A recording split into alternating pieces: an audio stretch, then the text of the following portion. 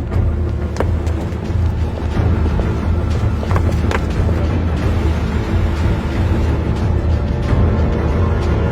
别开车！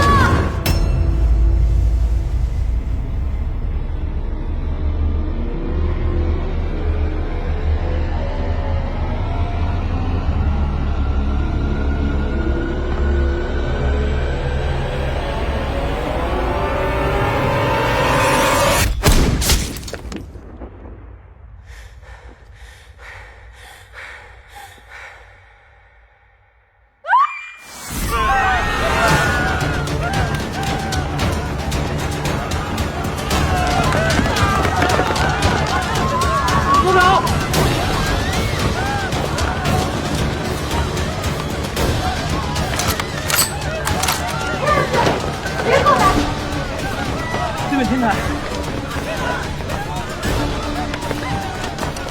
大虎，到！火力掩护。是。小镜子，带一队人坐车。是。走。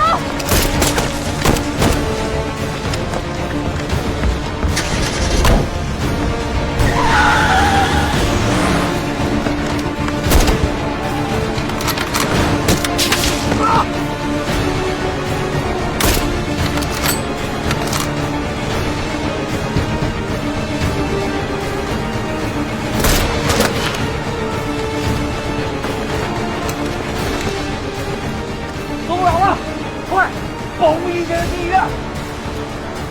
走。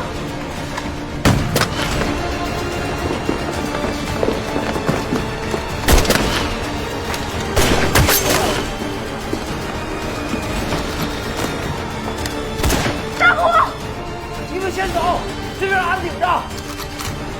走。师傅，目标已进医院。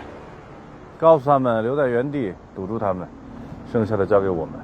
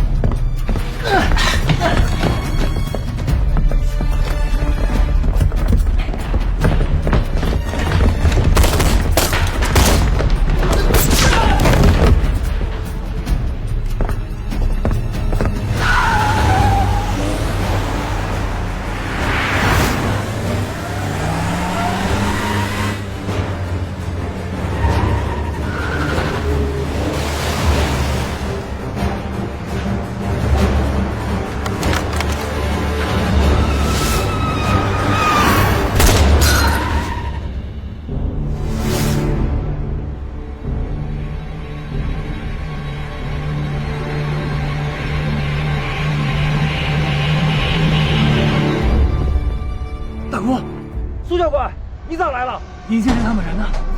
进医院了。里面有杀手吗？听到有枪声，应该有。对面有几个人？一个，挺厉害，不过俺顶得住。正门你守住了，不许放任何人进来。是，我进去救人，掩护我。1、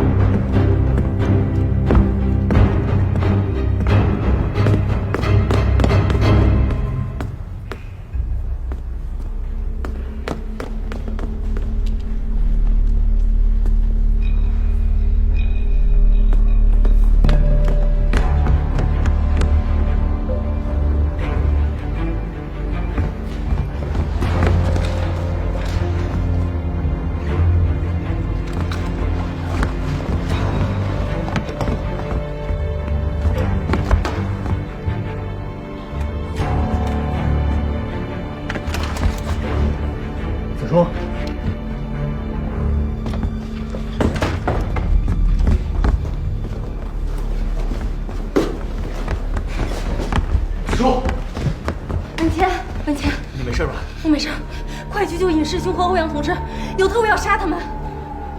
跟我来。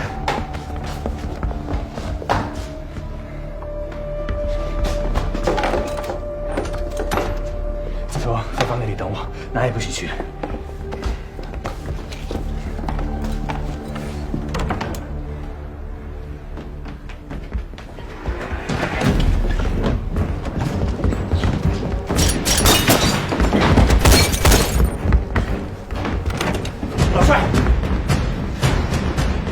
老帅呢？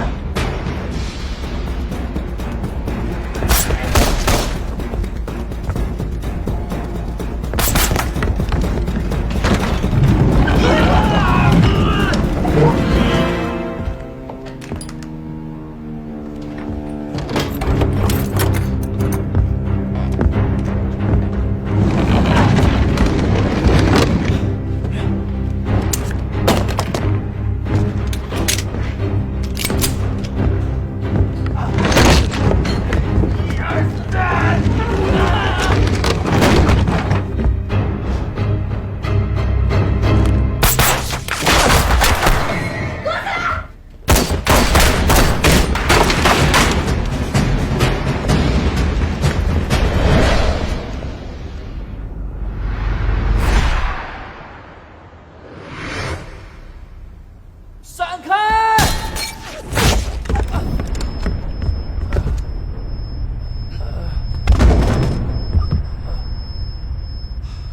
小金子，小金子，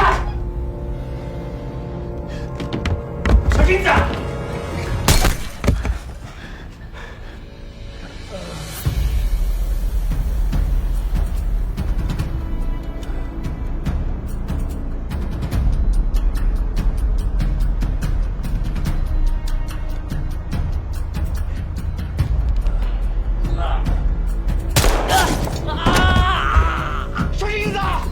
李先生，让他过去。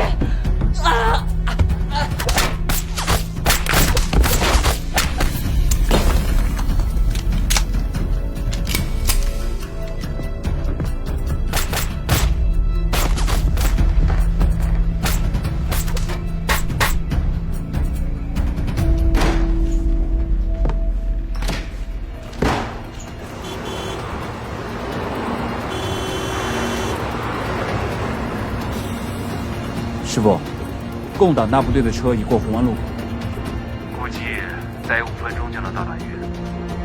师傅，共党还有5分钟进入医院。让他到第2车离点，接应北伐，5分钟够用。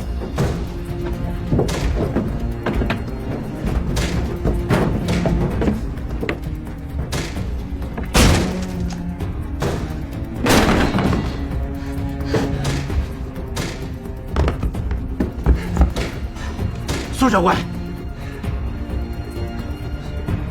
小金子别动！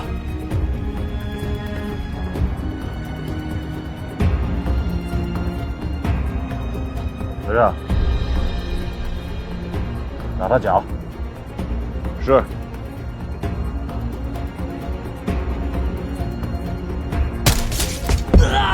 小金子，小金子！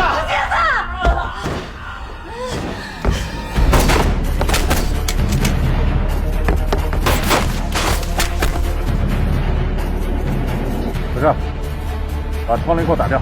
是。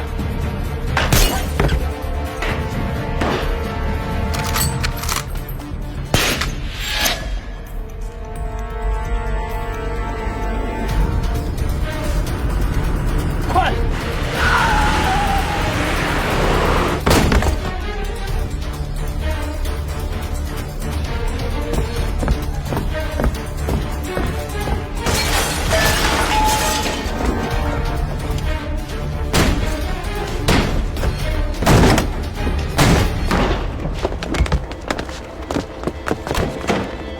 大公，什么情况？对面旅馆一个，医院里头、后头都有枪声。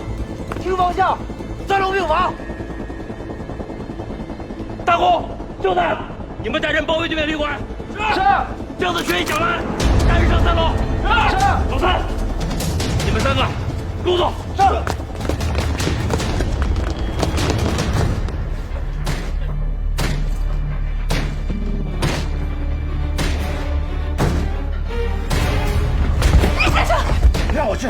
目标是我，我死了，所有人都得救了。你还得保证接近几十万的生命。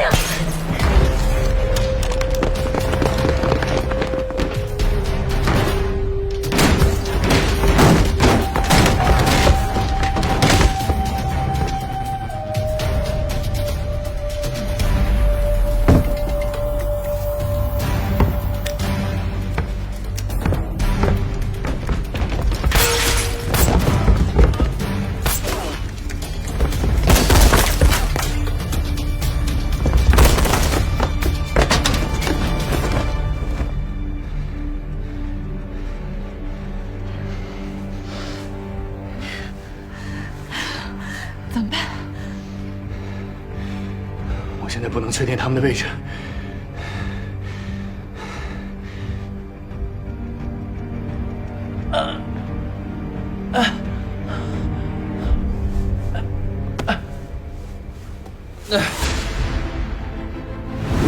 无论是狙击手还是观察员，身上绝对不可以有反光的东西，因为反光的东西会暴露你的位置，暴露位置意味着死亡。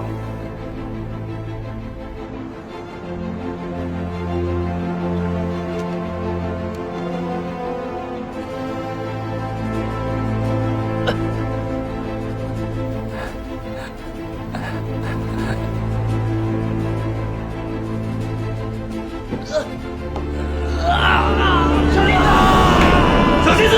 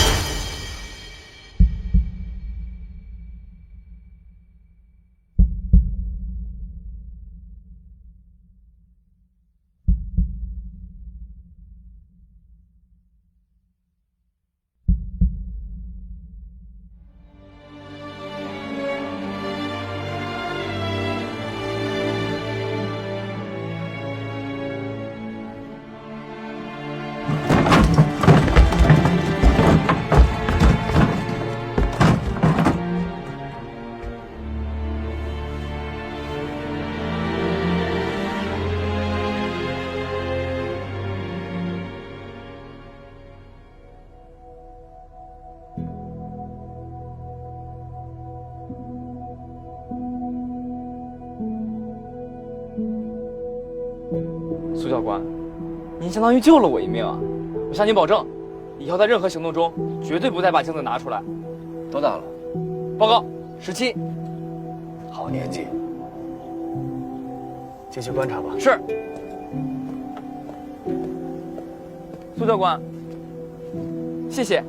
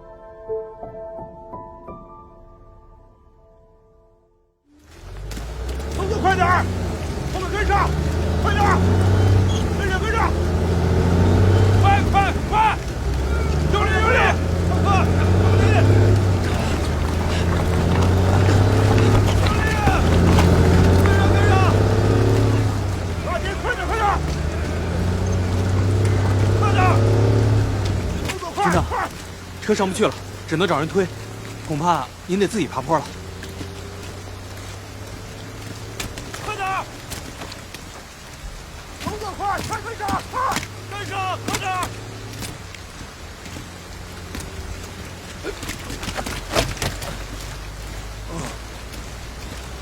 廖大军长啊，您扶我这个闲职的参谋，我怎么受得了这个情分呢？郑高才，这雨天路滑的，军长也是想帮帮您老人家。您看什么老人家的，我有这么老吗？廖军长要是真有这份心，就把这个情留给受得起的老人家。庄老，廖军长的情分您不受，我搭一把手，您就别拒绝了。钱参谋长啊，那就有劳你大驾了。钱爵是晚辈，我应该的。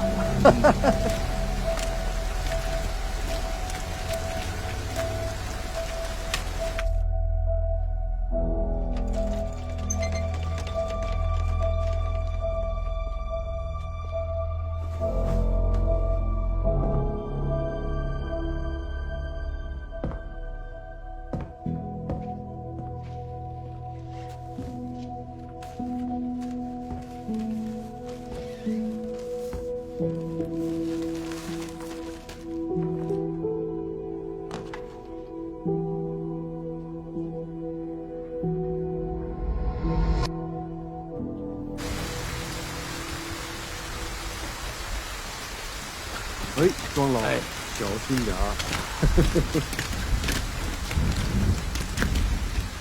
哎呀，老了，走了几步这个泥水呀，就累了。叫我说啊，庄老，60了，该享享清福了。年轻人的事让他们干吧，您就不要自己给自己找心烦了。哎，钱参谋长，你的意思是，你有话要讲？不过是想起了圣人说过的一句话。哦，不吝赐教，请。我记得圣人在《论语·记事》一篇中谈养生之道，里边有这么一句叫及其老也，血气渐衰，戒之在德。至理呀！这人一上了年纪啊，血弱气衰，有这个心也没那个力量。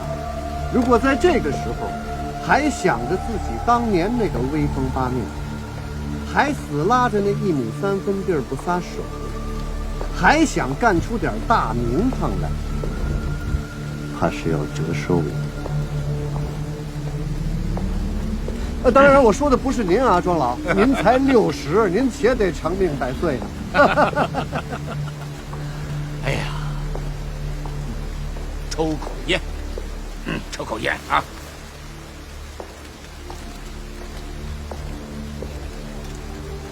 我来，我给您点上。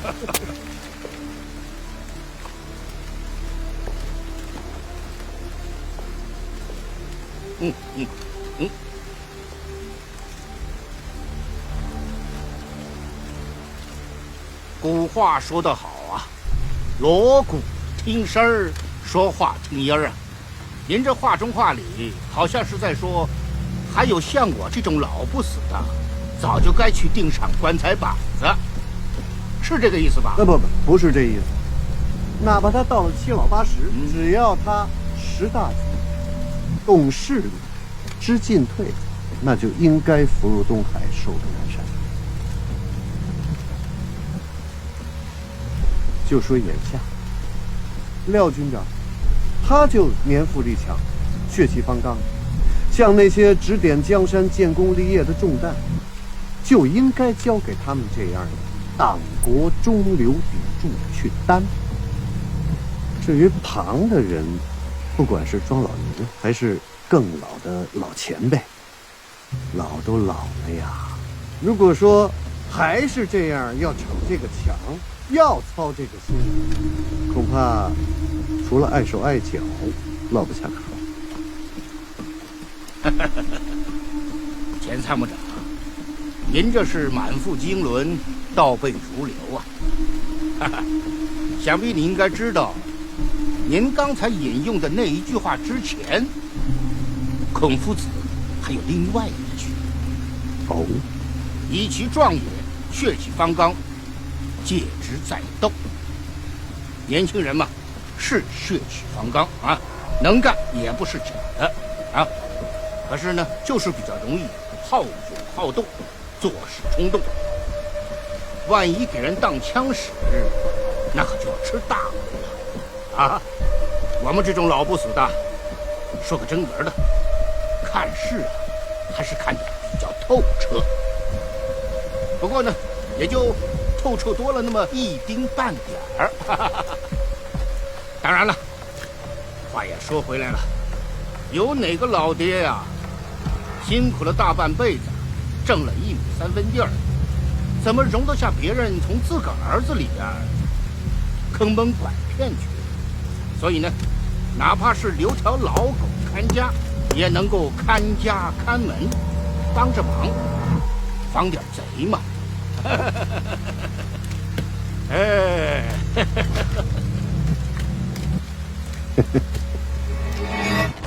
老帅，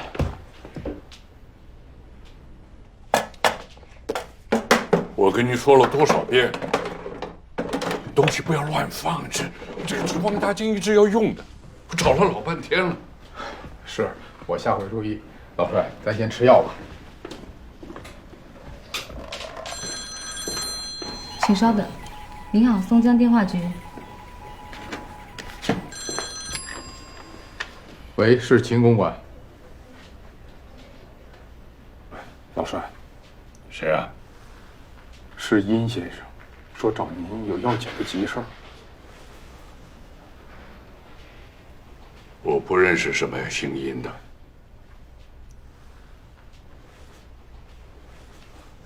殷先生，对不起啊，老帅他现在不方便接电话。老周，你告诉老帅，不管他生我多么大的气，哪怕不认我这个门生都行，但是这件事真的是10万火急，他必须得知道。老帅，他说事情10万火急，非找您不可。我跟你说过，我不认识什么姓殷的，以后这种乱七八糟的电话不要接，直接挂掉。老，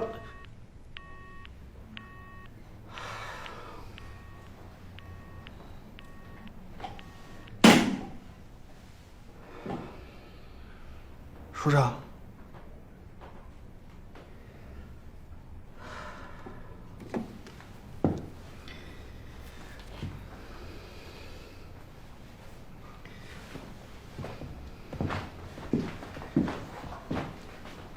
师妹，老帅他中气十足，身体应该没什么问题，你就不用太担心了。谢谢，殷师兄。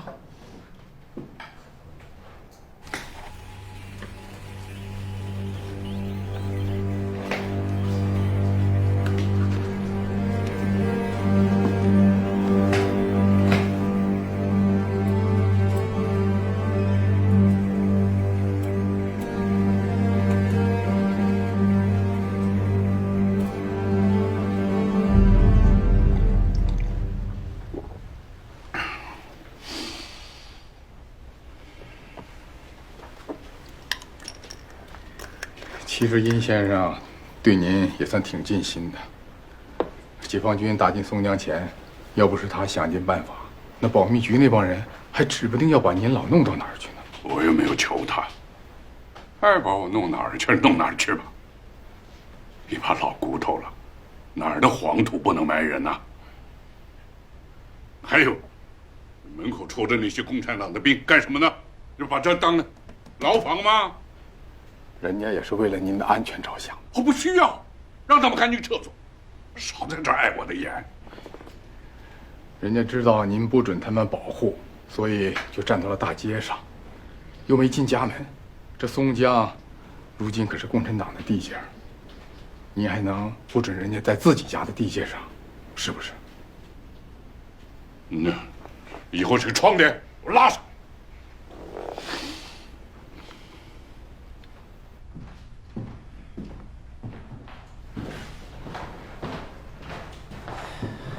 东家见不上面，我们得另外想办法，但必须先把解放军动态通知掌柜的，让他提前做好准备。我已经请专案组的同志去帮忙取电台了，估计还要一会儿才能到。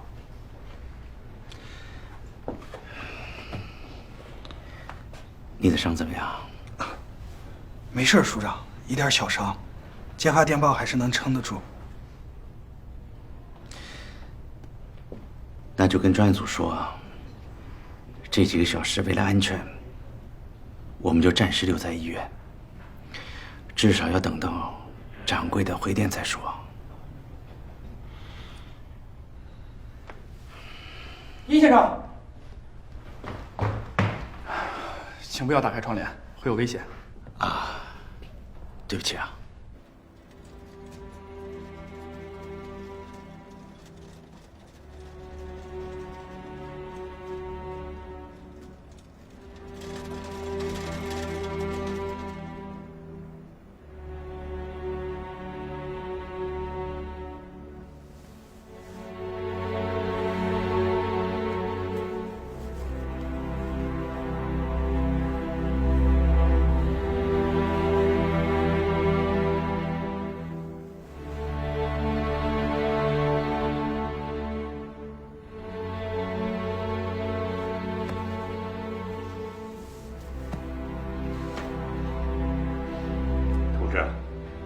平时我们这个小同志挺注重仪表的，能不能麻烦您了？放心吧，首长，我们会尽力的。谢谢。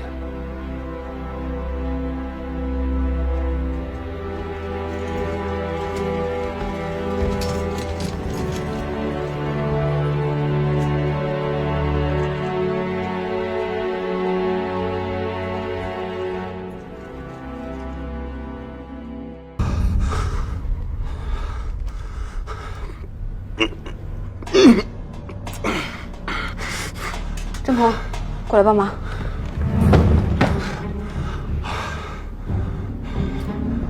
捂住。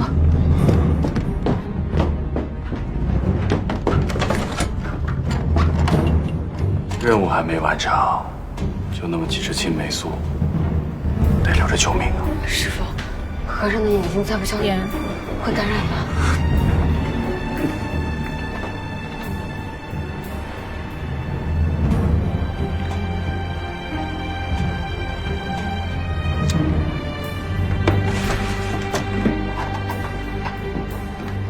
不能用存货，那我出去买。站住！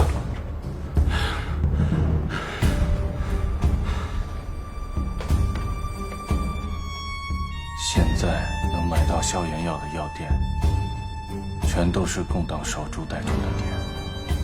为了一个瞎了眼的废人，要把自己也搭进去吗？记住，任务还没完成。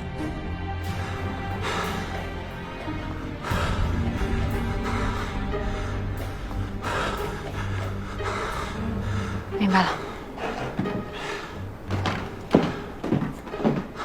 已经和全市的医药行业都打过招呼了，严格控制抗生素的销售，特别是那些购买大剂量能够治愈严重枪伤的人，我们一定会追查到的。普通消炎药也要凭伤情购买，以防敌人化整为零，拼凑药品。是，局长。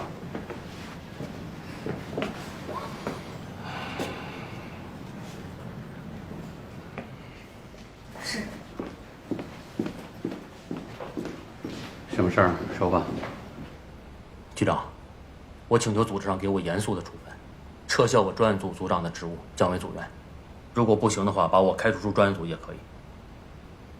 这么想撂挑子？我不是要撂挑子。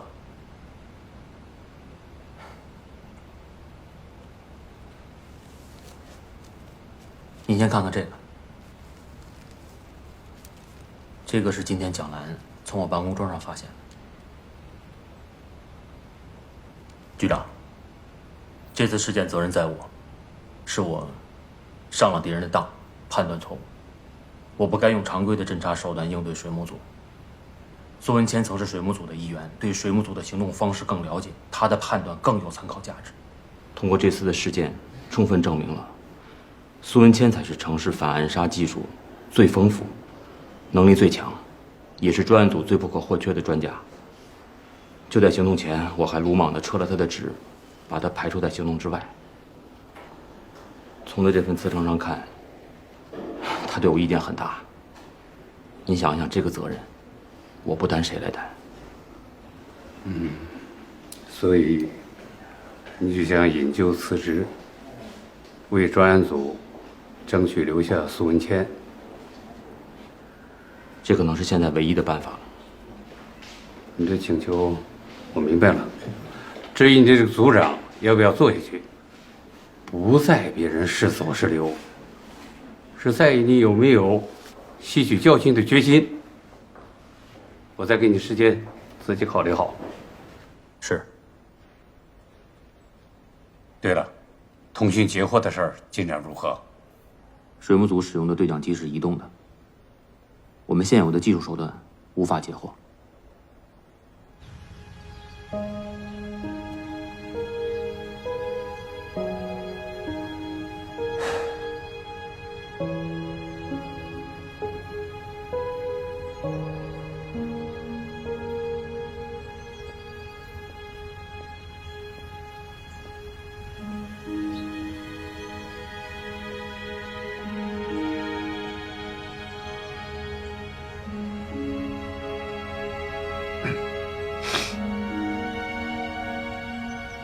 下午2点，医院太平间举行小庆子的告别仪式。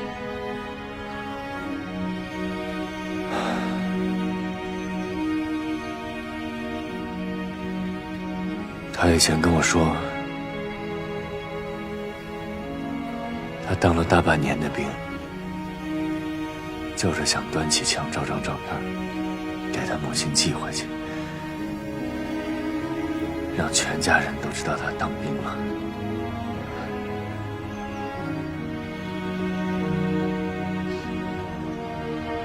都是我不好。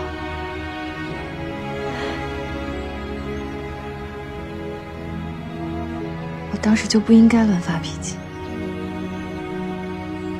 应该把资料给你看一眼，多听你说2句，不然小镜子。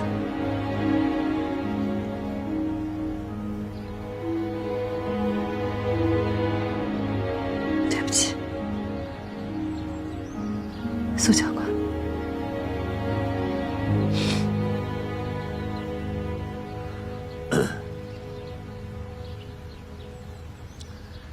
殷先生那边，接下来什么安排？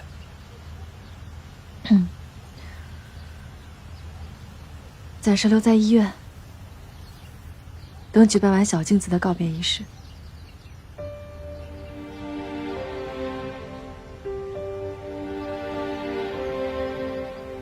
医院现在调来了这么多解放军，是不是暂时不用专案组保护他们了？局长的意思是让大家放几个小时假，调整一下情绪。哦，秦老先生也已经出院回家了，那我们对秦老师的保护就不方便再用原来的理由。不用了。不用了。子舒他们应该不会有什么危险。之前是我想多了。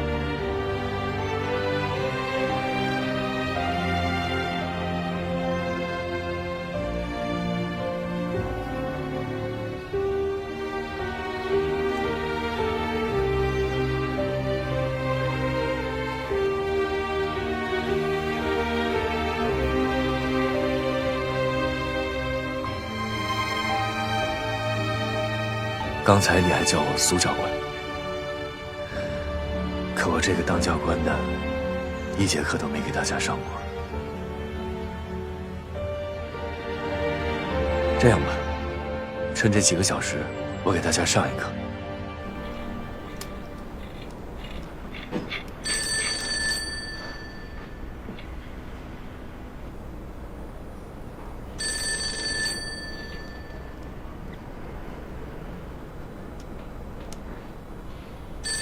都聋了。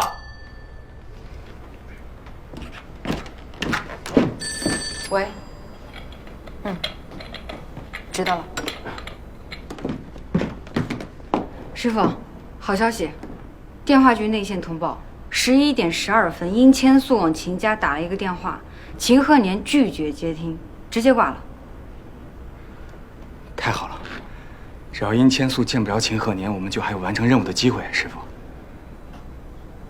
当然有机会了。你以为在医院这么小一个跟头，我就栽了？是师傅，我是想这次声东击西，我们的计划行动也算滴水不漏，本该万无一失的，可到了最后，居然还是被人搅了局。而且这个搅局的人，毫秒之间不但一枪伤了和尚，就连师傅您，就连我都败在他的手里了，是不是？是。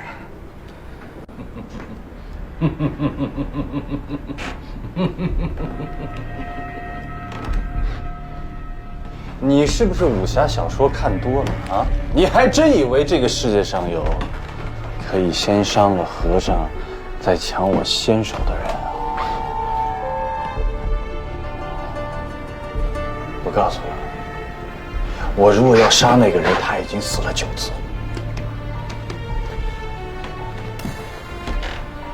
那怎么师傅没有杀了他？因为我舍不得呀。知道那个人是谁吗？苏文谦。师傅，他不是已经死了，是不是？我也以为他已经死了，真的，害得我白伤心了一场。可是就在医院后头，我在瞄准镜里清清楚楚地看到，他就这么端着枪，拼了命地找我的位置，冲着瞄准镜里开枪，那个劲儿啊，活蹦乱跳的。而且我可以告诉你，这是苏文谦整整3年来开的第1枪和第2枪。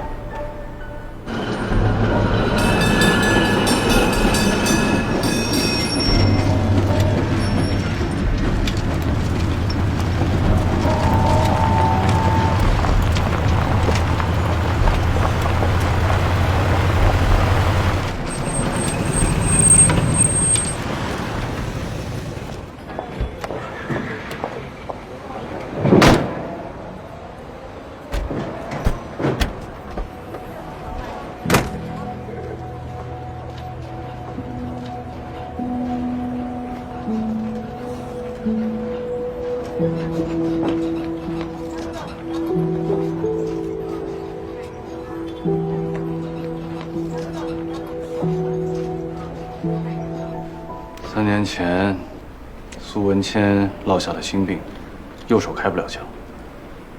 也就是因为这个，他就不当狙击手了。这回在医院，他用来开枪的左手。左手？左手还有这种枪法？10年前啊，苏文谦右手受了重伤。我们当时认为可能就废了，所以就改练左手。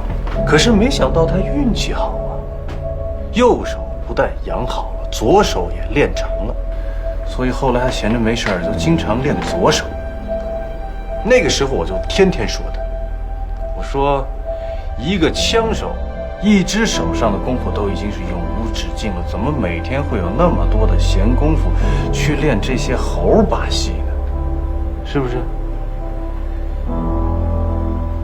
那谁能想到，今天就是这猴把戏，还真派上用场了啊！可这也未必能证明他3年没有拿枪了。而且这2枪水平如此之高，高什么高啊？这比他左手的正常水平差远了。这就是证据2，开了2枪，全都打在瞄准镜上。第1枪偏了2公分，外壳打碎了。第2枪就更离谱了，居然打在支架上。而且你们是没看到，他第1枪和第2枪那个动作慢得像老牛拉破车一样，生死攸关呐。他苏文谦但凡是昨天拿到的枪，水平都不至于这么下三滥。哎呀，再说到证据3，还是这瞄准镜。就是因为他冲着瞄准镜开枪，也就说明了他苏文谦不到最后1秒，他都不会开枪。他潜意识里还是不敢杀人。这什么意思？什么意思？这说明他当枪手最基本的心态都没有，就这一条，板上钉钉。他苏文谦就是这3年头一回端枪，错不了。他说过，优秀狙击手的标准就是每一次出手的快、准、稳。这标准用在买衣服准没错，牌子一定要好，折扣更要低。上唯品会搜瞄准，风衣、牛仔裤、短靴、大牌秋装100元拿下，品牌特卖就是超值。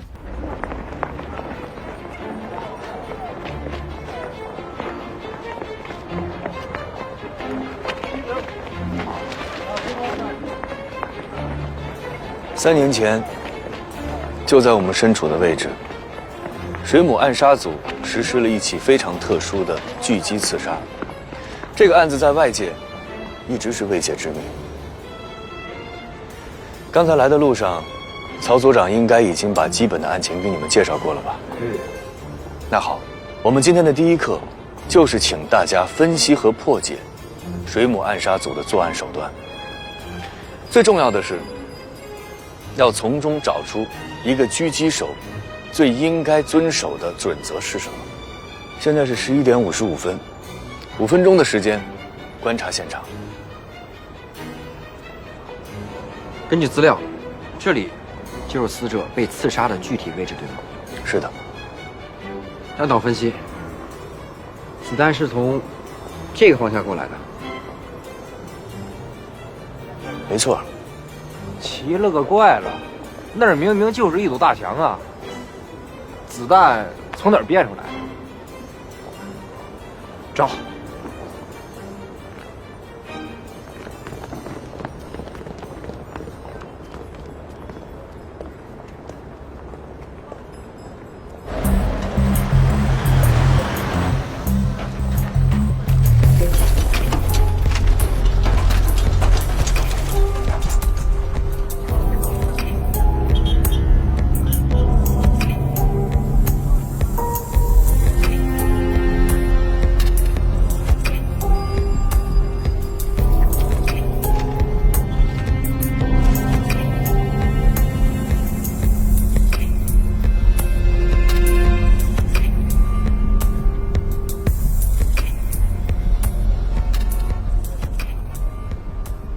如果真如师傅分析的那样，我们麻烦就大了。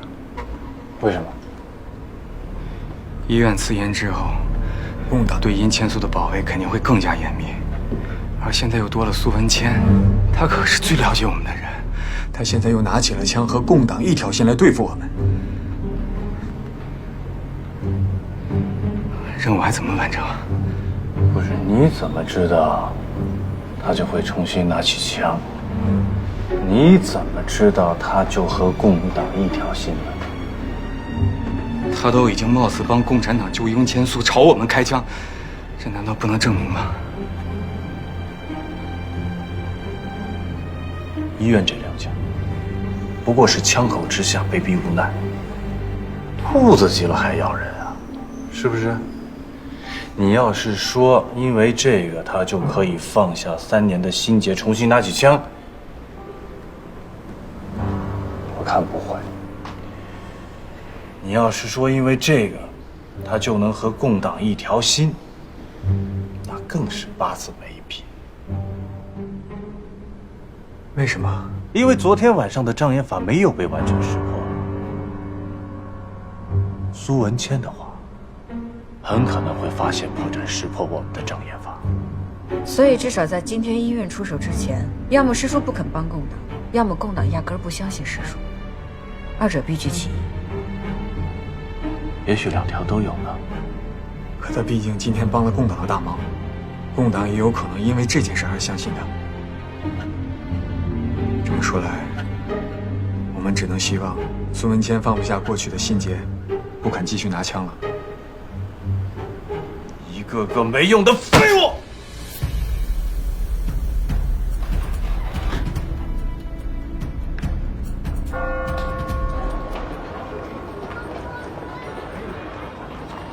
时间到。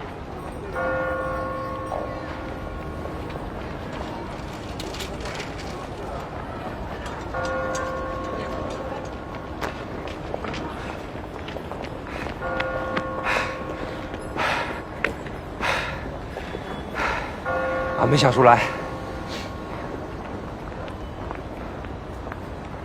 会不会弹道分析出错了？不对，有一种可能，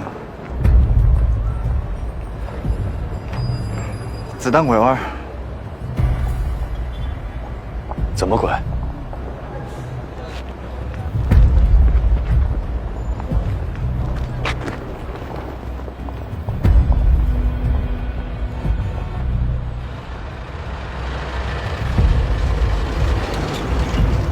从现场看，唯一能把子弹打到广场入口又接近弹道分析角度的，只有这条通道。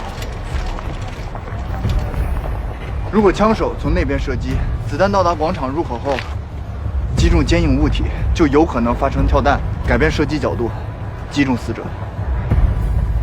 根本就不可能嘛！这谁想不到啊？那跳弹，他压根儿就没个准儿。来，你看，枪手要是从那面，他也看不见死者的位置，他怎么知道子弹该往哪儿跳啊？不光是位置，还有时间。枪手又没有透视眼，他怎么就知道在那个时间死者刚好就到那个位置？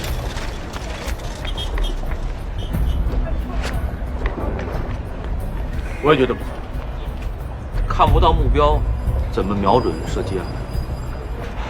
苏教官，有的人研究了3年，都没有找出答案。你让他们用5分钟破解，这也不太现实吧？那我给个提示。刚才曹组长说，看不见目标，就不可能瞄准和射击。你们都认可吗？那还用说？我的提示是，瞄准和射击，其实并不是绝不可能拆分的技术过程。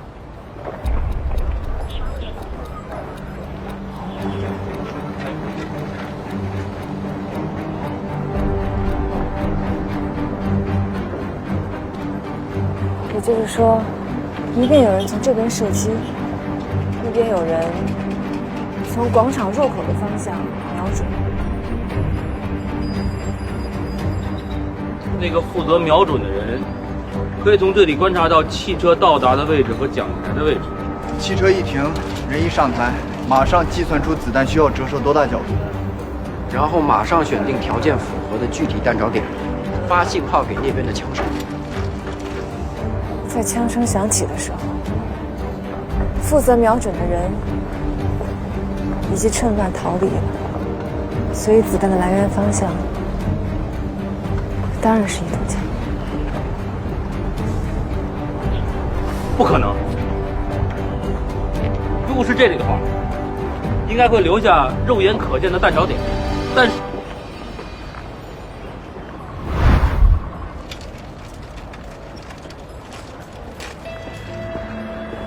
不可能，柱子是圆的，折射角度不好把握。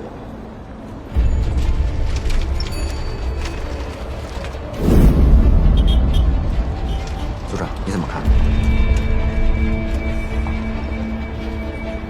苏教官，如果之前我们的一切推论都是成立的话，我有一个想法，当时是不是有一个什么特殊的仪器，改变了弹道轨迹，让它精准地射向了目标？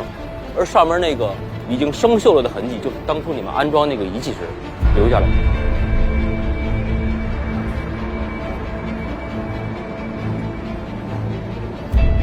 完全正确。我们要求和平，停止战争，期盼和平，停止战争，期盼和平，期盼和平，和平万岁，和平万岁。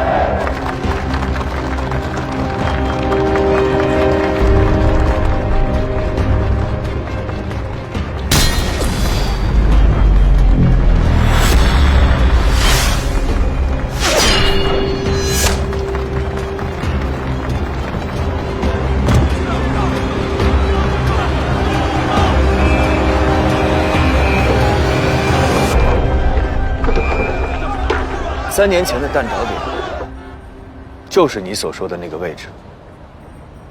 成功破解。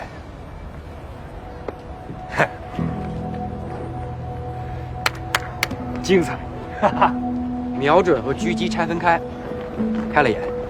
苏教官，这么绝的招，当初你们是怎么研究出来的？给咱们讲讲呗。是啊，苏教官，感谢你为我们上了精彩的一课。原来瞄准和狙击都是可以分开的。不，正好相反。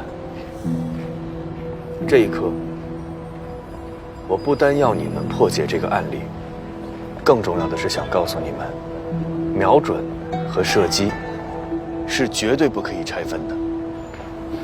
一个狙击手最基本的底线和原则，就是要知道自己枪下的目标是谁，绝对不可以把确定目标和瞄准交给别人。如果那样，你将无法掌控目标是谁，也无法知道将倒在你枪下的是怎样一条生命。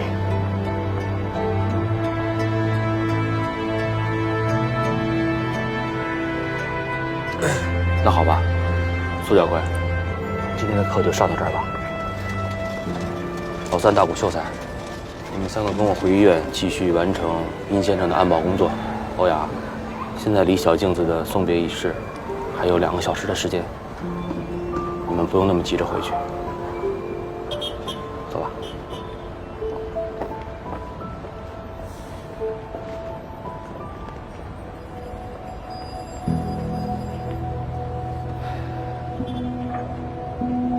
谢谢你为我解开了3年的困惑。这是我欠你的。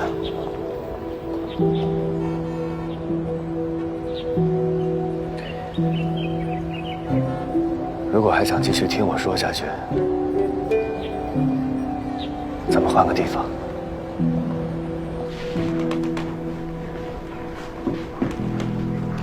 可是，师傅，我们怎么才能弄清楚师叔到底是一时情急，还是会从此再当狙击手？这也是我在想的一个问题，但答案只有一个。是什么？找他，现在就去找他。报告，松江陈市长接电。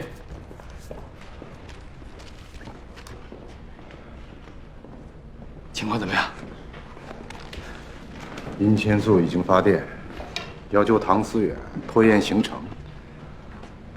可唐思远只说了一句：“尽量努力。”尽量，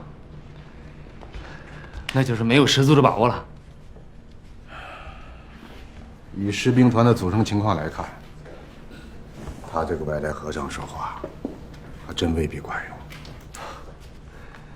好歹也是一个司令，大事拍不了板，拖个天把时间呢，总不至于完不成吧？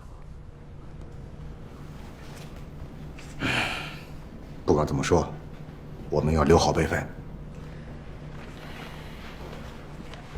通知先头纵队，按原计划执行，争取明晚抢占衡州。是。同时，通知野战军各主力部队，全部给我压下衡州。是。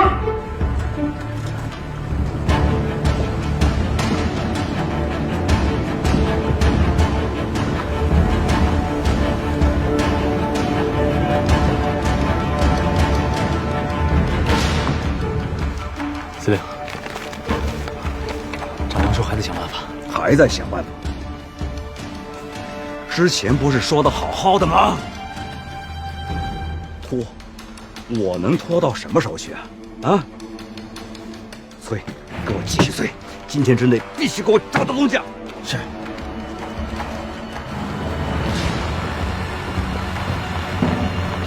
上！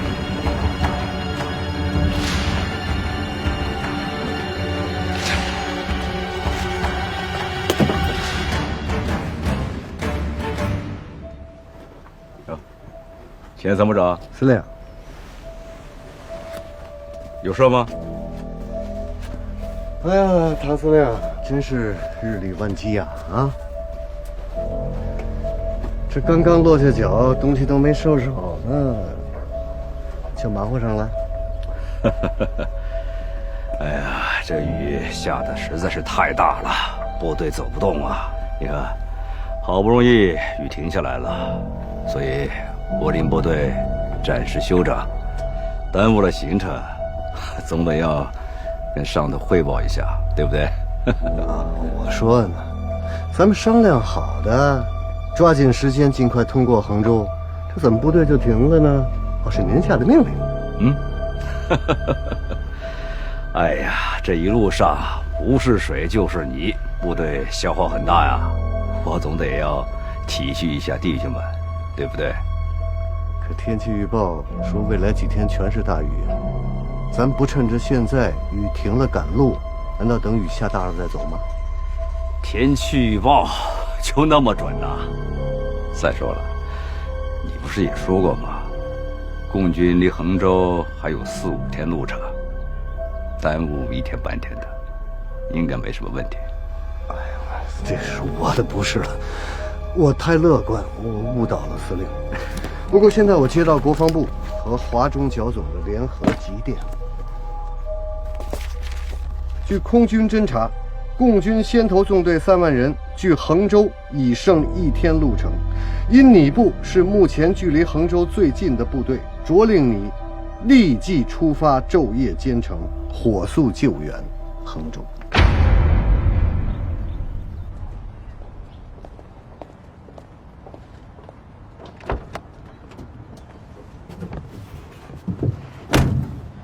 师傅，刚刚附近的几家商贩打听过了，12点钟前后确实来了2辆公安局的车，他们在广场入口大概待了半个小时左右，又是观察又是比划。听他们描述，其中有个人应该就是师叔。果然来这儿了，我早该想到。这钟楼广场跟师叔到底有什么关系啊？上次共党就是带他来的这里，这次您猜他又会来这儿？3年前就在这儿，苏文谦杀了秦鹤年的秘书杨志良，就是您上次跟我说的那个共党特工。苏文谦这个人啊，多愁善感，一直以为杨志良和他是好朋友。哎呀，这个弄的这个玻璃心碎得跟渣似的，就是因为这件事，发誓再也不拿枪。可是今天他破了3年前发的誓，开了第1枪，我早就应该想到，哪儿打的结就应该在哪儿解，还真的来这儿了。现在来晚了，不好找了。当时还有个事儿，他们一起来，但不是一起走的。公安局的车先离开，应该是往医院的方向，剩下师叔还有一个女的。据他们描述，这个女的应该就是上午在医院里碰到的那个女公安。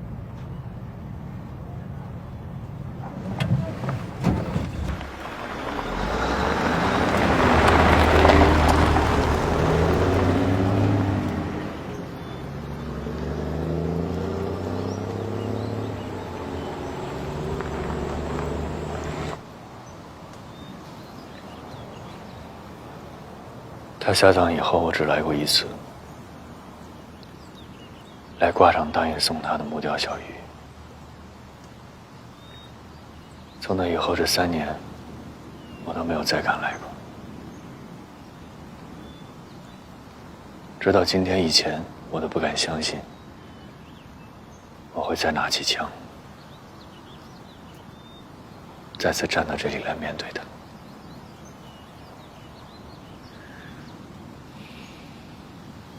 你知道我是怎么当上狙击手的吗？怎么当上的？这段经历，我只跟杨志亮说过。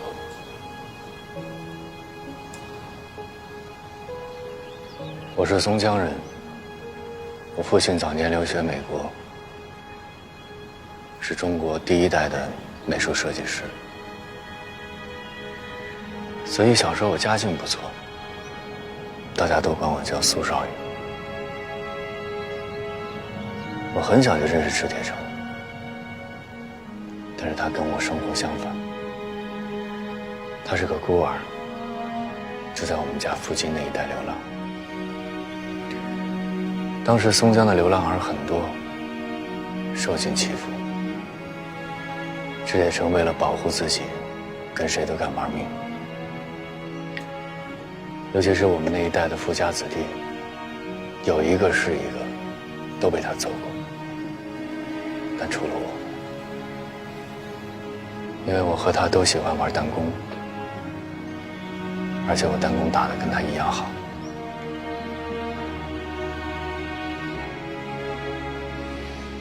128事变以后，我当时14岁，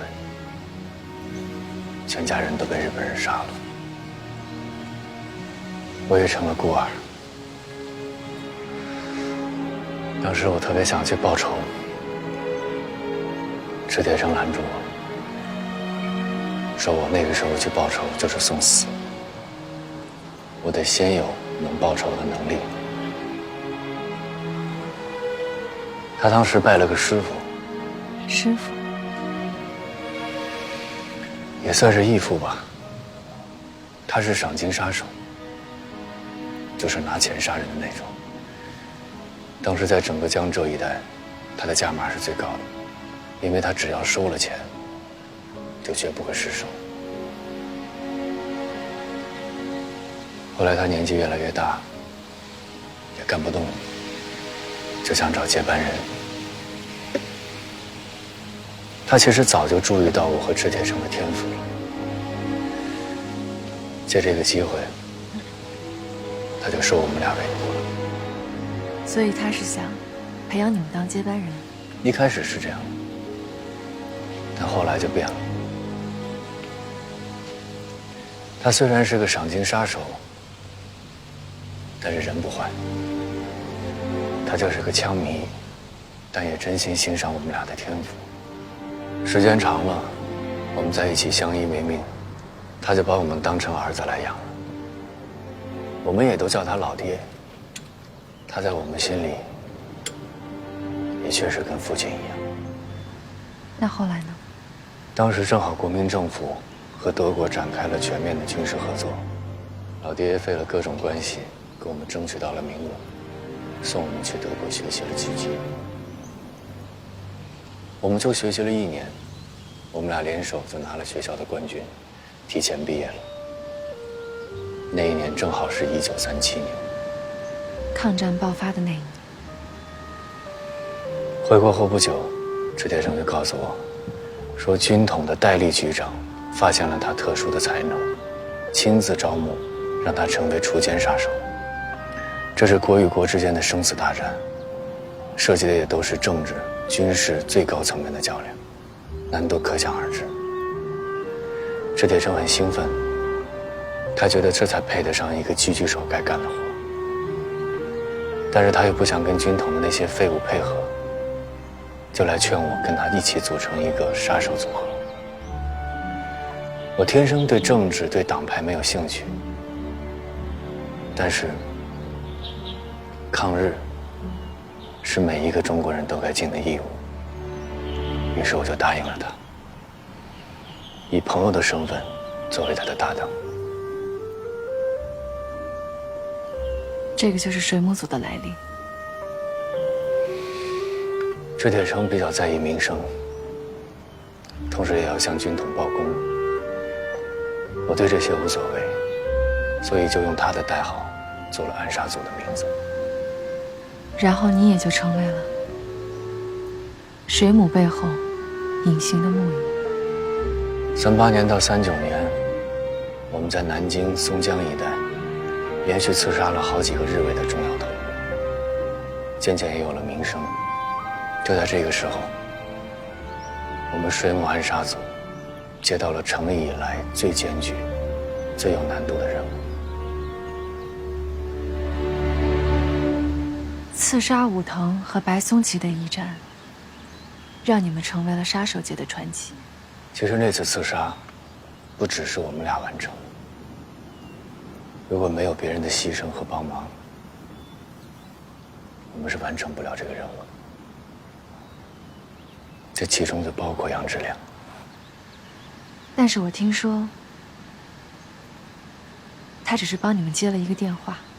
如果没有那个电话，武藤根本不会出现。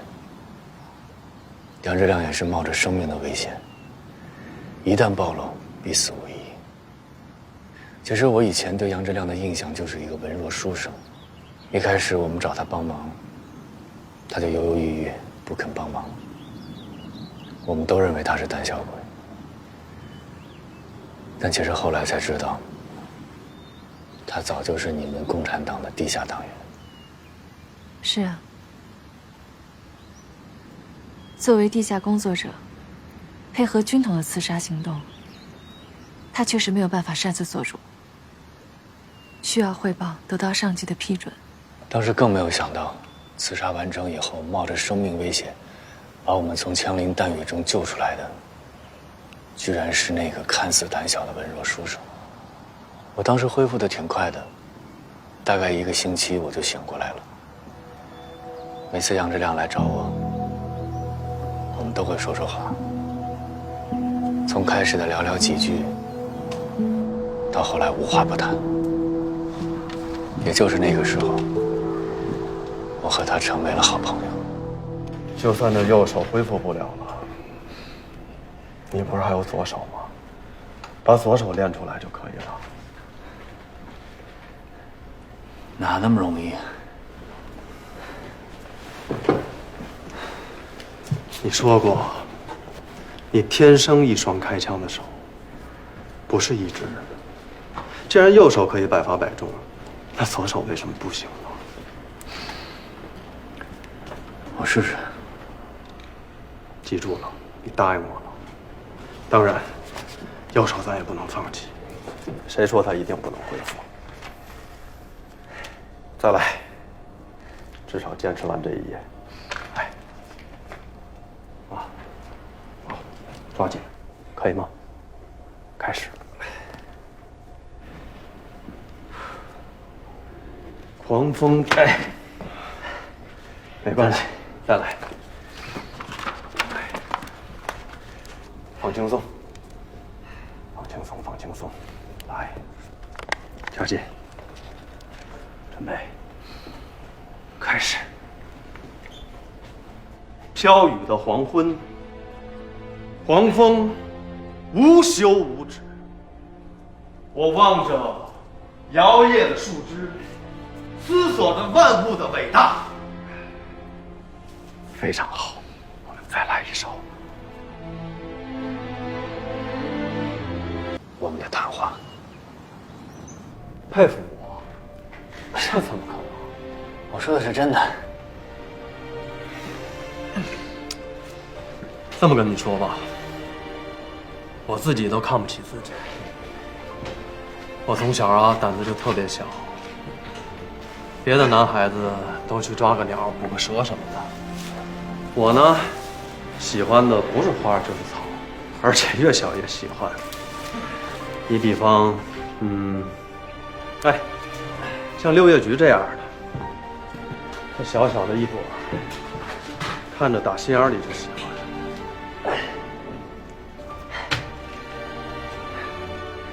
鲁迅先生也喜欢花花草草，他喜欢木槿花和丁香花。郁达夫还把牵牛花称作朝荣。你们都一样，都是热爱生活、向往自由的人。你呀，才是真正的厉害。来，你的枪法这么好，而且在这么多鬼子里边杀进杀出，这才是真正的男子汉。跟你一比啊，哎，我就是个胆小鬼喽。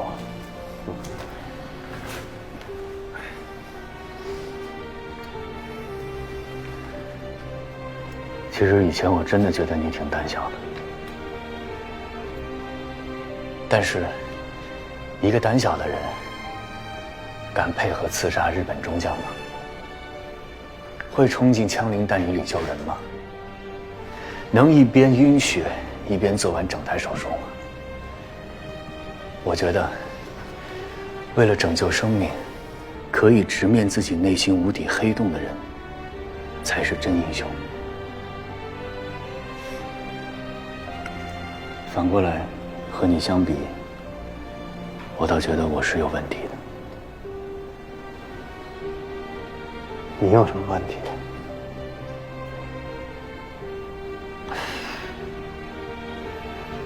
其实我的问题，我跟谁都没有说过，包括他。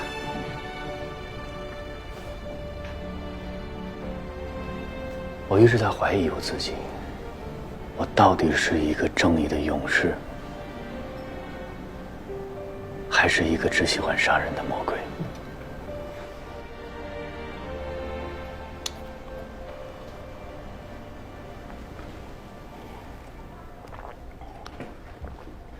其实开枪本身，它只是一种技能，无所谓对错。就像教书之于先生，写作之于文人，治病之于医者一样，你有天分，有兴趣，肯下功夫把这门本事练到最好，这更没什么不对。真正的对错，是你的枪口要对准谁，是你能不能分清楚你针对的目标。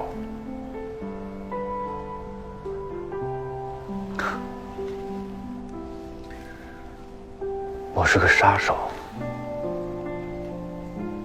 我的目标是任务决定的，不是我。他也老是跟我说，一个狙击手的枪下，只有任务，没有情感；只有目标，没有善恶。这才是最高境界。这我不同意。枪是死的，人是活的。在枪口下，或许每一个目标只是一个抽象的任务，但在人的心里，怎么可能没有情感？那一条条生命，怎么可能没有对错和善恶？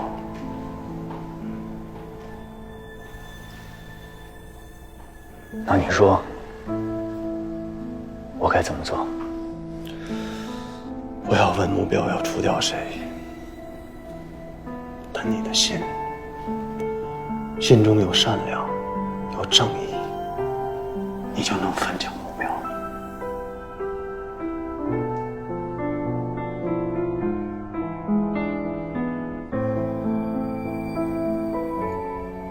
心中有善良，有正义，我就能分清目标。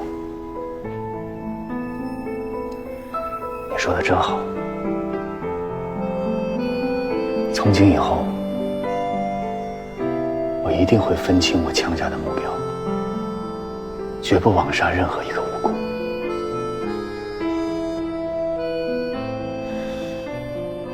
那我们说定了。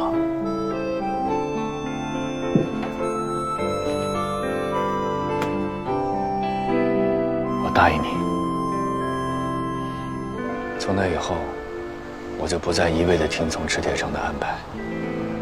每次任务之前，我都会认真地调查目标背景，核实目标情况，再做决定。池铁城因为这个很不满意，也不开心，但我还是坚持。可我没想到的是，我唯一一次的大意，杀的偏偏是杨志良。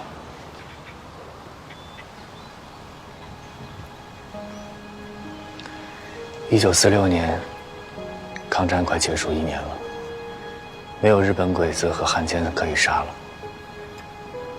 我这个狙击手一直无所事事。后来我改行做了木雕，这是我除了狙击之外唯一会的事情。就在那个时候，池铁城又来找我，要我帮他一个忙，除掉一个叫韩生明的目标。韩生明是谁啊？为什么要除掉他？池铁城说他是中统派来打入军统的内线，中统军统本来就是对头，窝里斗得厉害。抗战结束以后，他们斗得就更厉害了，到了你死我活的地步。军统、中统要合并成保密局，为了争取保密局的控制权，两边什么手段都使上。那段时间搞得人人都自危。这种窝里斗的事儿，我根本不感兴趣，也不会参与。可是池铁城跟我说，韩生明想要趁着松江反内战群众集会刺杀秦鹤年，再嫁祸给军统，想趁这个机会搞垮军统。以秦鹤年的资历和威望，如果韩生明真的既是军统身份，又是中统内线，以这招来搞垮军统，确实很毒辣，也很管用。所以你是为了保护秦鹤年，才答应池铁城的？不光是。那还是因为什么？因为这次行动的挑战性。池铁城跟我说，军统虽然掌握了韩生明的中统身份，但是拿不出证据，所以表面上韩生明还是军统的人。如果明着杀，只能落人口实，弄成一桩无头公案。因为这个，池铁城提出了拆分瞄准和射击，实现子弹折射的刺杀创意。这个创意太独特，一下子吸引住了我。一开始，刺杀方案只是个雏形，但是随着一次次的难关被攻破，我无法自拔，越陷越深，迷上了这个前所未有的挑战。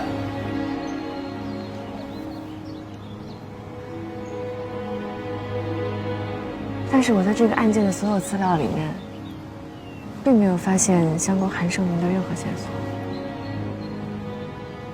根本没有什么韩生明，这一切都是个幌子。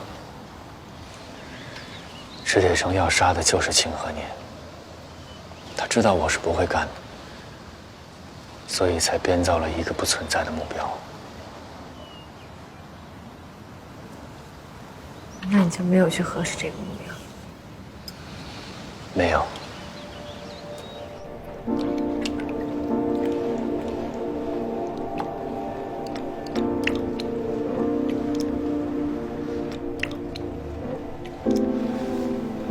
老爹，这次事件实在是太紧了，任务难度又大，我还有好多事情要准备。您能帮我一个忙吗？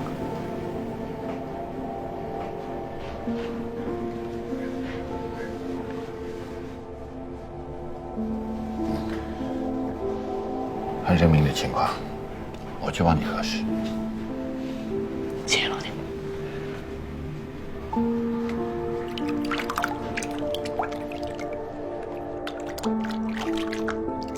那一次我相信了池铁城，没有亲自去核实目标。也就在行动的那一天，我在街上碰到了杨志良，他还带我去拜访了一位松江的故人。到了，就在前面。这儿。哎。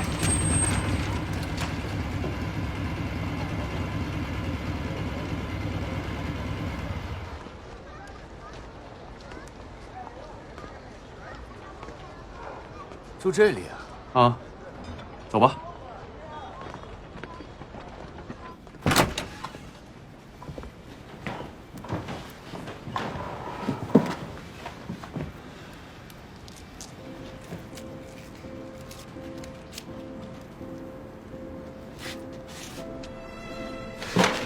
小心！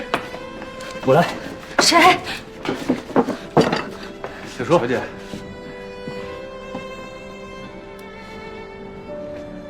杨秘书。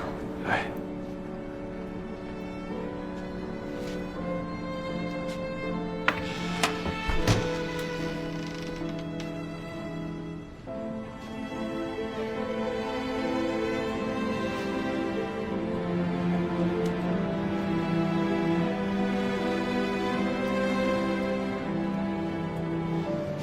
是我，文谦。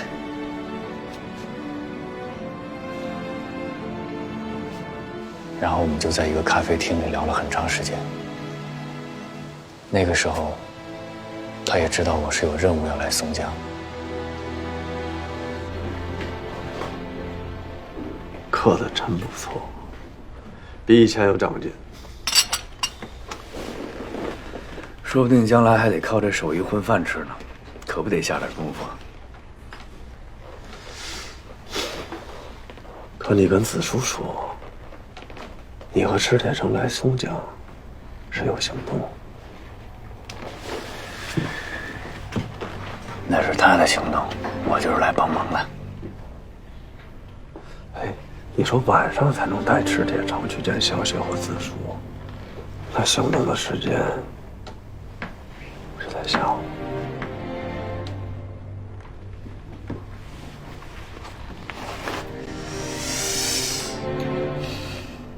你了解我们的规矩，这问题我回答不了。哎，那目标你核实过了吗？核实过了，最近太忙了，分不开身。不过我叫别人核实了。别人帮你核实的，可靠吗？放心吧。开枪之前分清目标，我答应过你的，我不会忘的。对你，我一直都有信心。这就对了。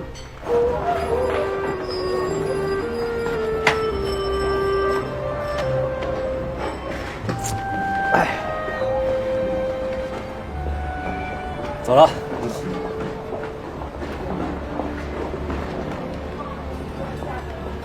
这个送我了，我留个纪念。这个太旧了，找时间我给你做个新的，保证比这个强。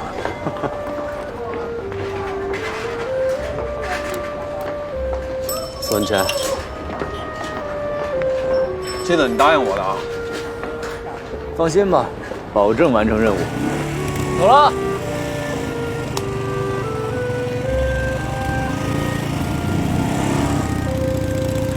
我当时完全没有在意他最后的那句话，没想到他要提醒我遵守的，远不仅是送他一块木刻的承诺。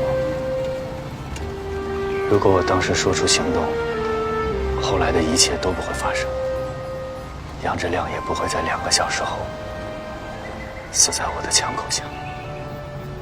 我一直都不明白，为什么那天下午他会去钟楼广场。他怎么知道目标是清河年？他既然知道，为什么不事先提醒我，反而代替清河年走到了我的枪口下？这个问题困扰了我整整3年。原来杨志亮在跟我告别的时候，只是隐约地猜到了池铁城的目标可能是清河年，所以没有办法跟我核实，也没有办法提醒我，他只能紧急地联络了你，海鸥。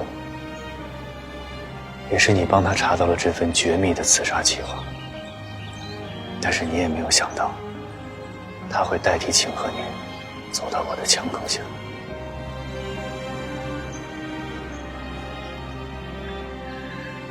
我一直不明白的是，他他既然知道目标是秦鹤年，为什么不阻止他去钟楼广场？为什么偏偏要选择牺牲自己？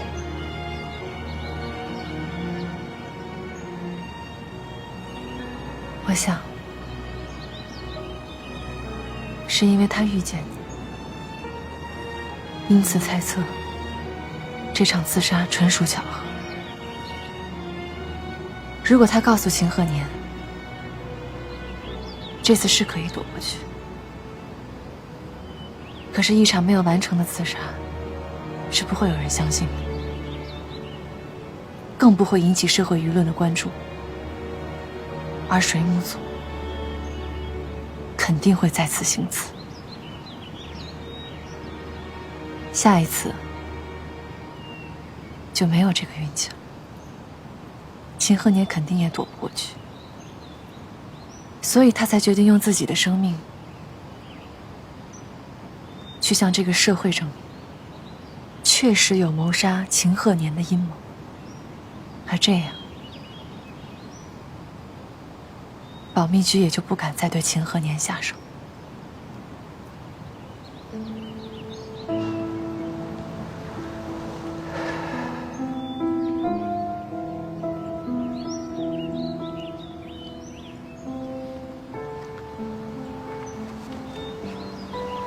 我以前一直不明白，为什么你会那么了解水母暗杀组，了解沐浴，了解杨志良和我的关系，甚至知道那块木雕小鱼是我的信物。现在我明白了，你是他牺牲之前唯一的联络过的人。我以前居然还以为你是要拿他跟我做交换，其实你只是想告诉我，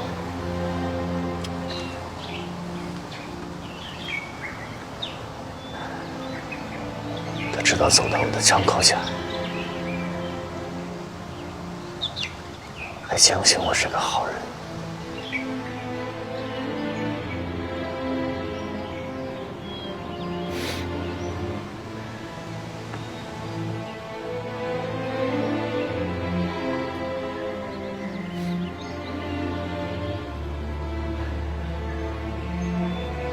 他也是个好人。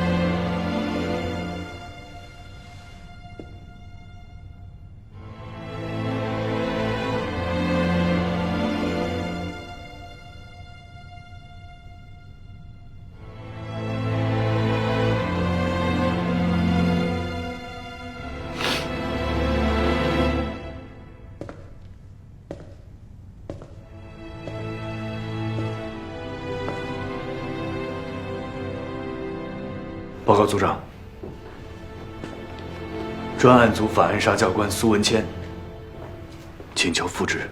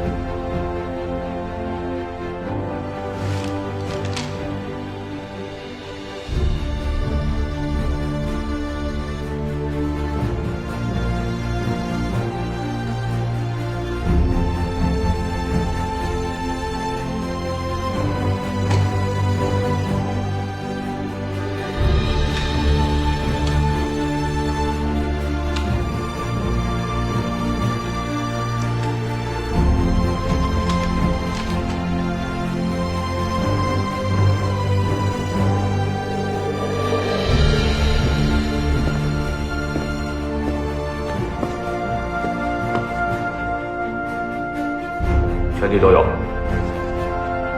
戴帽。敬礼。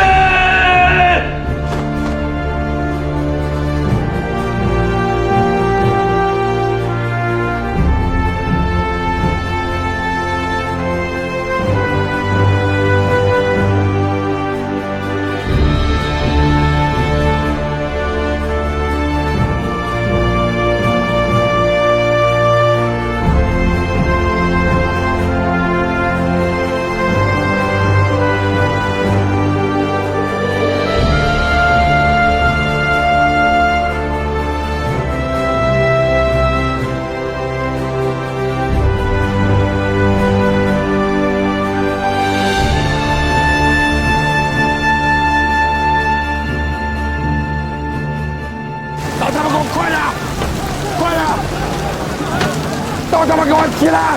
快点，他们快点！要紧的赶紧前进了！都他妈给老子快点！都他妈快给我走！都他妈没听见老子的命令吗？给老子快点出发！走！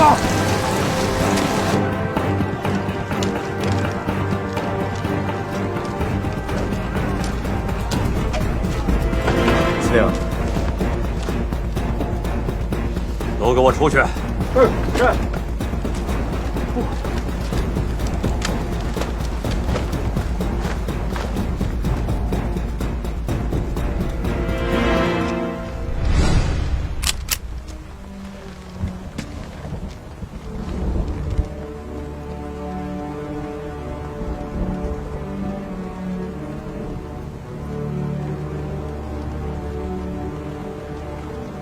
有话说。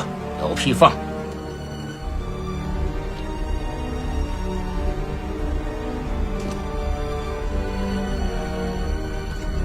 账房昨天中午到了松江，一天不到2次遇刺，而且2次都是动用的水母暗杀素，2次都是由东家做的饵。东家还好吧？现在是我在问你，账房的事情，天知、地知、我知。一副官职，还有一个人就是你，无水装庭凤漏的风，还他妈有谁？那你还等什么？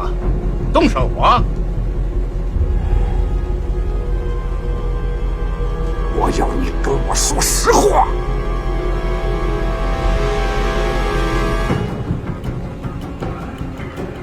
你明明知道不会是我，要是我想坏你的事，大不了当初对你不理不睬就行了。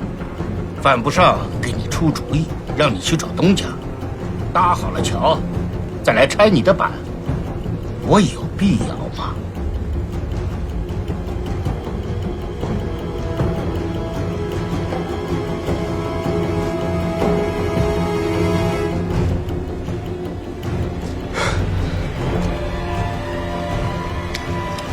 司令，除了庄老，就剩我了。司令！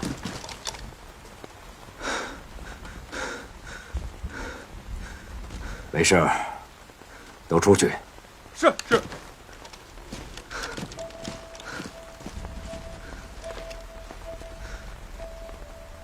你跟了我这么多年，用不着拿命来表忠诚。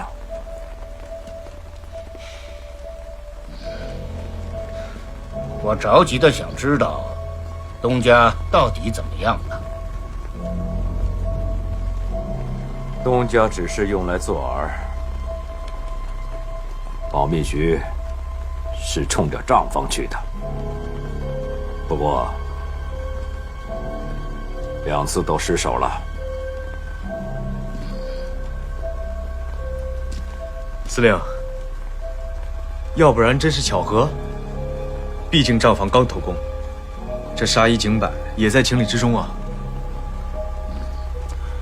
也对呀，出了这么大的事儿，要真是漏了风，哼，上面也好，姓钱的也罢，我早就炸了窝了，怎么到现在一点动静都没有啊？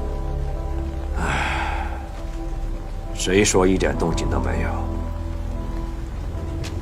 你自己看吧。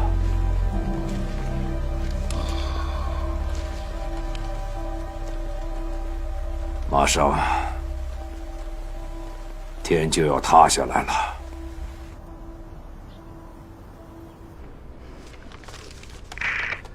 呼叫山狼，呼叫山狼。喂，是我，请讲。师傅在吗？在，什么事儿？刚刚收到毛局长急电。师傅。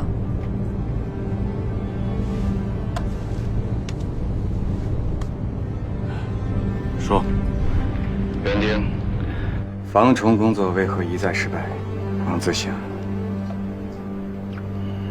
现10号车厢改赴衡州令已下达，行动正式开启第2阶段，务必做害虫归巢，以保大局。黄元凤，电报完毕。我知道了。师傅，接下来你有什么安排？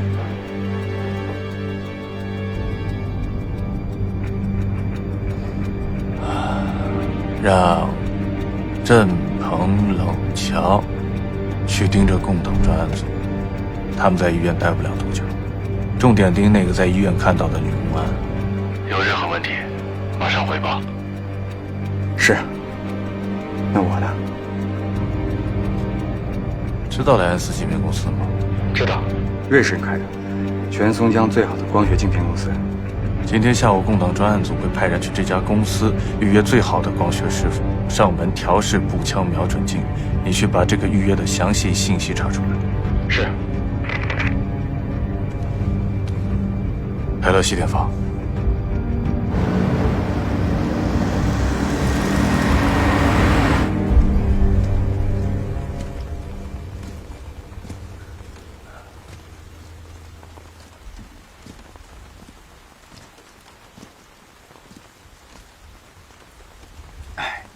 你说句话呀，庄老。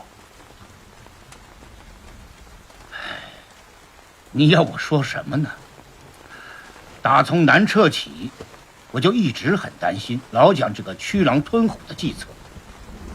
现在果不其然，2日之内，2议其令，把我们都赶到衡州城边了，狐狸尾巴也露出来了。我就问你一件事。你能不能劝动廖杰？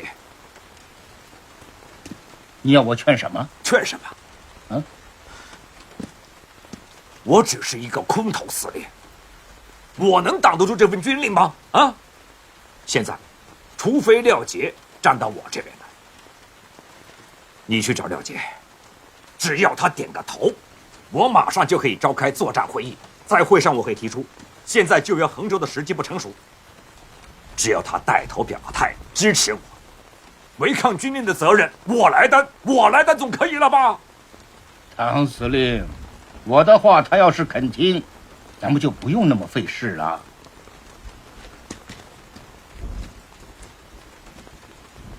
那你说，现在该怎么办？如来真佛，只有一尊。东家。张房不是找不到东家了吗？再说了，就算找到了，廖杰和东家不是已经翻了脸，断绝了关系吗？东家的话，廖杰未必会听呢。有一句老话形容的好啊，打断了骨头连着筋。平日这一老一少，两个倔骨头，啊，是谁都不服软的。可是，一到大难临头这个节骨眼上，这儿子还是儿子，老子还是老子。唐司令，咱们算算，他们是不是已经翻脸3年了？有件事儿，你不要不相信。我告诉你，廖杰的这儿有样东西，都已经3年了，从来就没有离开过。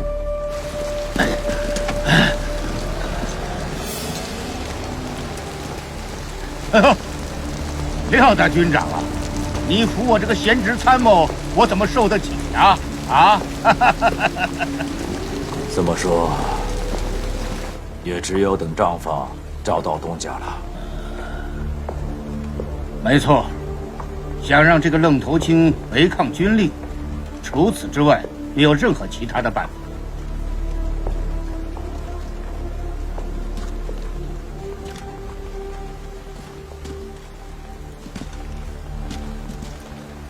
叶副官，哟，告诉账房，救援衡州的作战会议，我可以拖到今天晚上再开。但是，在此之前，他必须要找到东家，带回东家给廖杰的话，否则，一旦廖杰主战，我就是有天大的本事，也阻挡不了。和共军在衡州城下你死我活了。是。泄密的事情怎么办？那可是攸关生死，不防好可不行啊！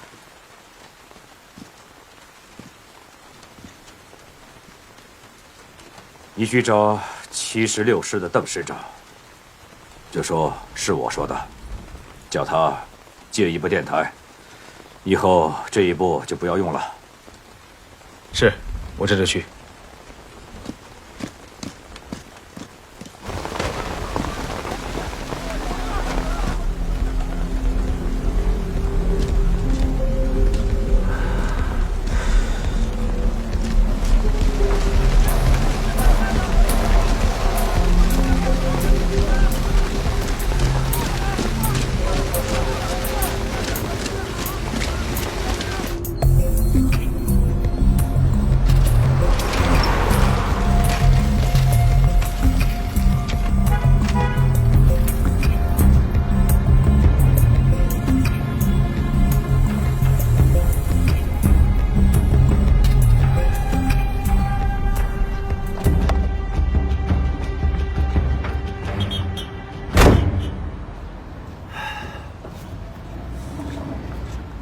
找一家好的干洗店，把西服洗烫一下，要快，我下午可能就要用。师傅，我明白，一肚子问题想问。行，我告诉你，苏文谦要为共党拿枪了。莱恩斯镜片公司？对，那是全松江最好的光学镜片公司。一定要找最好的光学师，按我刚才说的要求，尽快把瞄准镜调整到位。好，马上就办。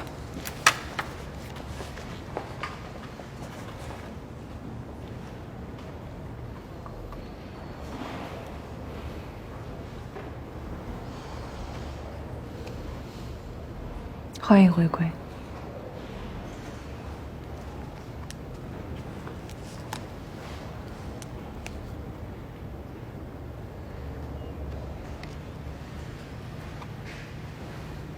谢谢。转移工作安排的怎么样了？我检查过了，没问题。跟全连长也打过了招呼，路上的安保工作做好了，随时可以走。署长。啊，对不起啊。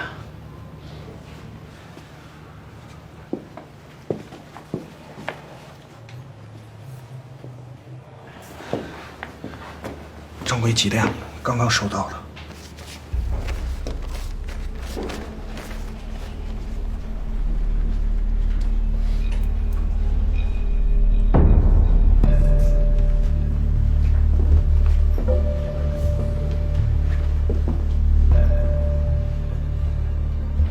叶先生，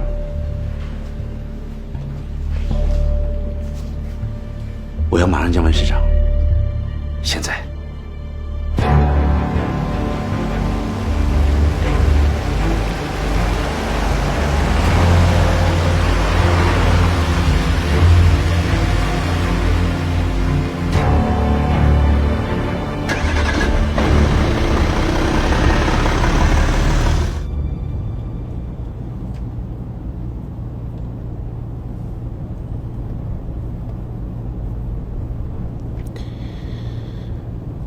我干这一行10几年，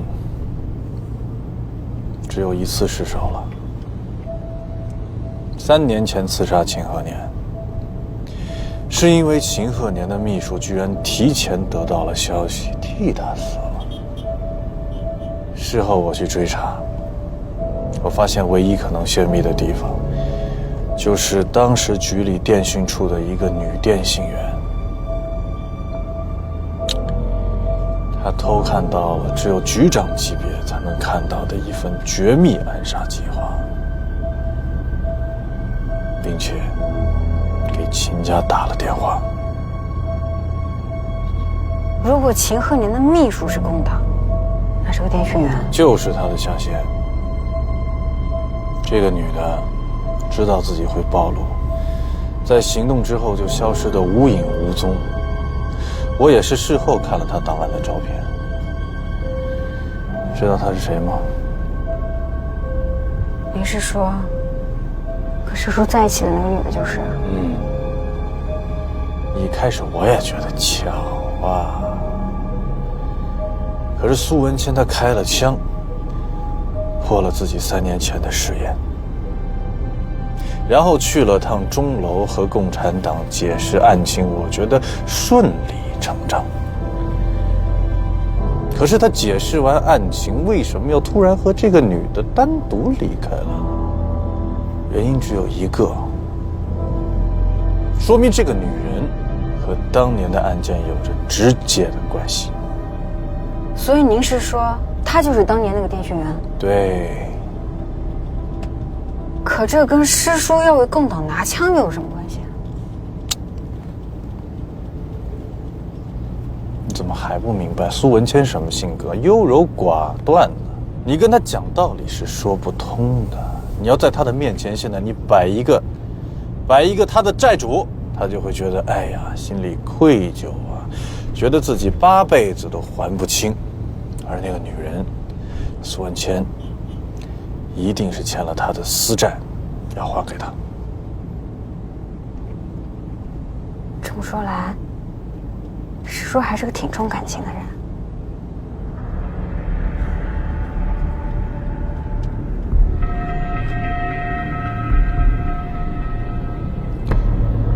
狙击手只有任务，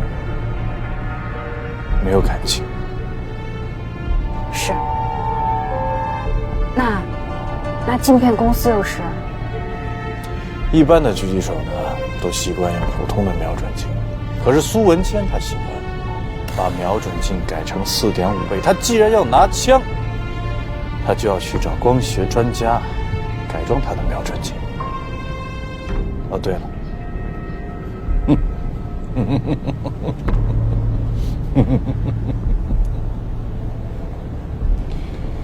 他不是打坏我2副瞄准镜吗？就这么算了。就算他不知道是我，打个5折，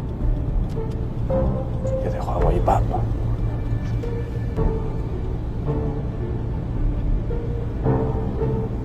师傅，您不会是要去找师叔吧？怎么了？可他现在也太危险了。是不是？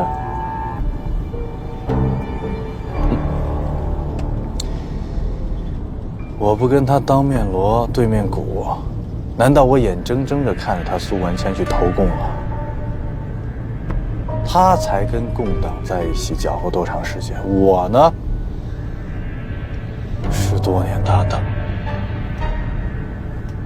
我不比共产党更有资格把他拉回来吗？